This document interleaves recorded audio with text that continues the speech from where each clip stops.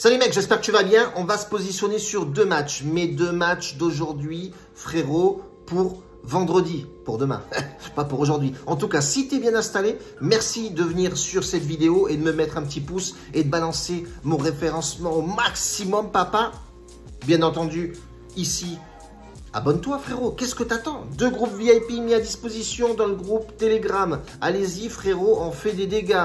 VIP égale Bet Analytics, tous les jours je répertoire mes pronostics postés, je les mets dedans, bam bam, on peut voir l'évolution de la chaîne instantanément, frérot. Déjà ça c'est fait. On balance deux matchs, Sporting contre le Vicente. Et on va regarder aussi le petit match de l'Atlético Bilbao. Voilà, deux matchs aujourd'hui, on va analyser tout ça ensemble les frérots. Reste bien installé, ça va envoyer du, tu le sais très bien, du mastico frérot. Sporting qui rencontre la Vicente. Sporting, c'est pas non plus le Sporting il y a 2 ans ou il y a 1 an. C'est pas forcément au top. Ils sont 8e au classement général. Il y a le Vicente qui est juste derrière à la 10e place. Voilà, attention aussi, petite alerte les frérots, vous le savez très bien, on va pas vous expliquer, il y a beaucoup de parieurs qui regardent cette vidéo et beaucoup de mecs, mais ceux qui n'ont pas pour habitude de parier, qui regardent des pronostiqueurs qui balancent des matchs ou des pronostics comme ça, faites gaffe, il y a eu les matchs internationaux et les titulaires des grosses écuries vont être forcément fatigués, notamment un exemple, Mané Bayern de Munich qui va jouer aussi demain. Il a joué, voilà, en Bolivie, frérot, tu joues à 1800 mètres d'altitude, donc il a joué en plus, je crois qu'il a joué le match entier. Donc attention à ces petits détails-là. Peut-être que le Bayern Leverkusen, il y a un petit truc à faire là-dessus. Moussa Diaby est l'un des joueurs clés de cette équipe, n'a pas joué en équipe de France ou peut-être en U21, je crois, je sais plus. Bon bref. Attention, visualisez tout ça aux petits oignons parce que c'est des détails qui peuvent faire mouche. Petit aparté. Donc voilà, on dit Sporting 8e, Vicente 10e. Déjà, attention, Vicente, les petites équipes, maintenant il n'y a plus trop de petites équipes. Elles font un peu chier les grosses équipes. Notamment le Sporting qui peut-être, dans la tête, est un peu chamboulé, sachant qu'ils n'ont pas les mêmes performances qu'il y a 1 an ou 2 ans. En termes d'état de forme à domicile, je regarde toujours ça. 7e au classement, c'est pas ouf. 2 matchs gagnés pour 1 perdu. Ok, d'accord. À l'extérieur, comment elle se déplace? On se déplace, ils sont à la 9e place. Ouais, un match perdu, un nul pour une victoire du côté de Vicente. Il faut savoir que le Sporting, c'est 67% de matchs gagnés à domicile. C'est plutôt pas mal. 37% de gagnés à l'extérieur pour Vicente. C'est ce qui est pas top non plus, ils ne se déplacent pas super bien. Sur les 5 derniers matchs de Vicente en déplacement, ils ont perdu 2 fois, ils ont fait 2 nuls, une seule victoire, c'était contre Martino, une équipe assez basse quand même du championnat portugais.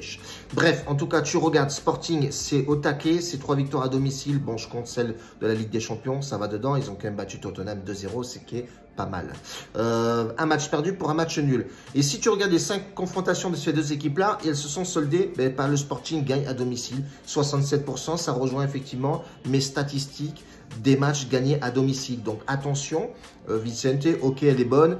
Ils ont aussi scoré pas mal de buts à l'extérieur. On peut aussi se baser ou se placer sur les deux équipes marques, mais j'aime pas trop ce pronostic-là. Pour moi, c'est pas un pari qui te fait gagner dans le long terme. Bref. On voit effectivement que le Sporting est costaud. Victoire sèche, pourrie. Un 23, on était à 1,30. Les bookmakers cessent de baisser cette cote. Donc, petit signaux, attention. Victoire peut être plausible à domicile, même sûr, du côté du Sporting. Mais la cote n'est pas ouf. Moi, je partirais sur le over 2,5 buts. C'est une équipe qui est assez offensive. En termes de blessés, sur cette équipe-là, je ne vois pas d'alerte. Apparemment, en termes de titulaires, donc pour moi, on est plutôt bien. Des incertains, Neto notamment. Bon, voilà, on n'est pas trop affaibli. Pour moi, je pense que le Sporting peut claquer 3 buts dans le match ou avoir un over 2,5 buts. La cote est plutôt pas mal et je vais me positionner là-dessus. Les frérots, elle est à 2 et quelques. 1,65. Elle baisse un petit peu. Donc voilà, je vais me positionner là-dessus. Pourquoi pas? Ça peut être notamment un match que tu peux mettre dans un combiné. À toi de voir. On passe au match suivant, c'est en Espagne, l'Atlético Bilbao contre Almeria. On va regarder un petit peu les états de forme de ces deux équipes-là. On peut voir effectivement que l'Atlético Bilbao, ben voilà, c'est costaud, c'est 4e au classement général. Et Almeria qui a un peu de mal, 16e. 3 défaites consécutives, le back-to-back. On va faire un peu la merloc. Donc voilà, ils ont un peu de mal. À domicile, en état de forme, Bilbao est 5e, 2 matchs gagnés, un match nul, une petite défaite. La défaite, c'était contre, je vous dis ça de suite, contre l'Espagnol, ouais, qui fait un bon petit chemin aussi, mais voilà, qui emmerde un petit peu tout le monde. Ouais, petites équipes, des fois, qui vont avoir un petit peu de dégâts. Bref, en tout cas, on peut voir effectivement qu'à domicile, bon, 5e là, c'est bien. Moi, je trouve que c'est pas mal. À l'extérieur, ben, on voit que Almeria, 17e, 2 matchs perdus, un match nul. Donc, ça me rassure. C'est plutôt pas mal. J'aime bien aussi aller voir un peu le top buteur. Top buteur Atlético Bilbao, on tape là-dessus. Et on a un petit buteur qui est Berenguer. Berenguer, je connaissais le merengue, bachata, etc. Mais Berenguer, non, je ne connaissais pas. Bref, en tout cas, il a claqué 3 buts depuis le début, ce qui est plutôt pas mal.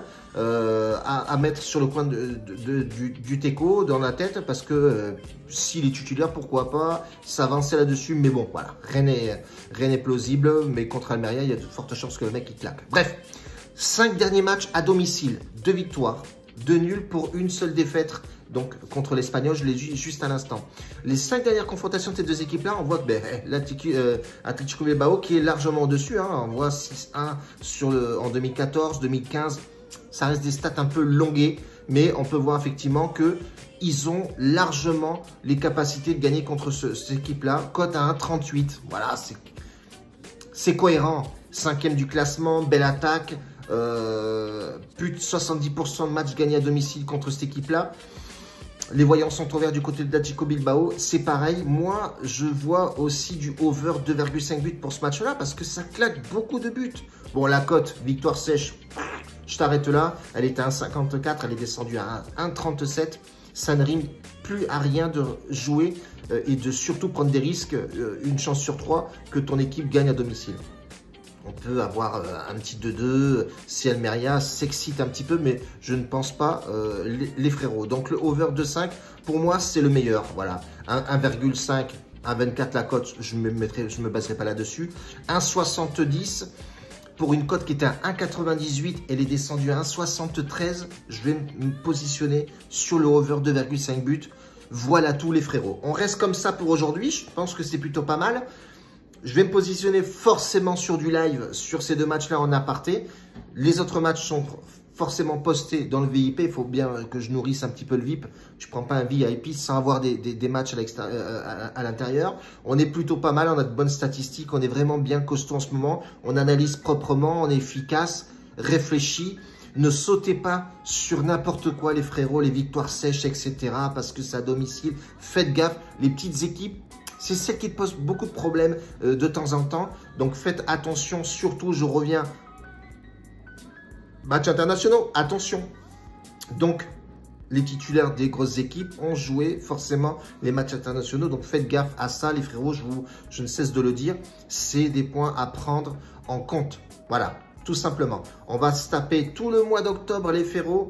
Les frérots de la Vega. Bref, donc du coup, et après, Coupe du Monde, il y aura forcément des pronostics à faire et de l'oseille à gagner, les gars. Merci de m'avoir suivi. On se rejoint sur Telegram si tu es intéressé sur l'offre. Et puis vamos papa, il y aura une vidéo samedi, ne t'inquiète pas. On va envoyer du mastic. Je vais envoyer 2 pronostics chaque jour pour que tu puisses faire aussi du bénéfice. Bordel.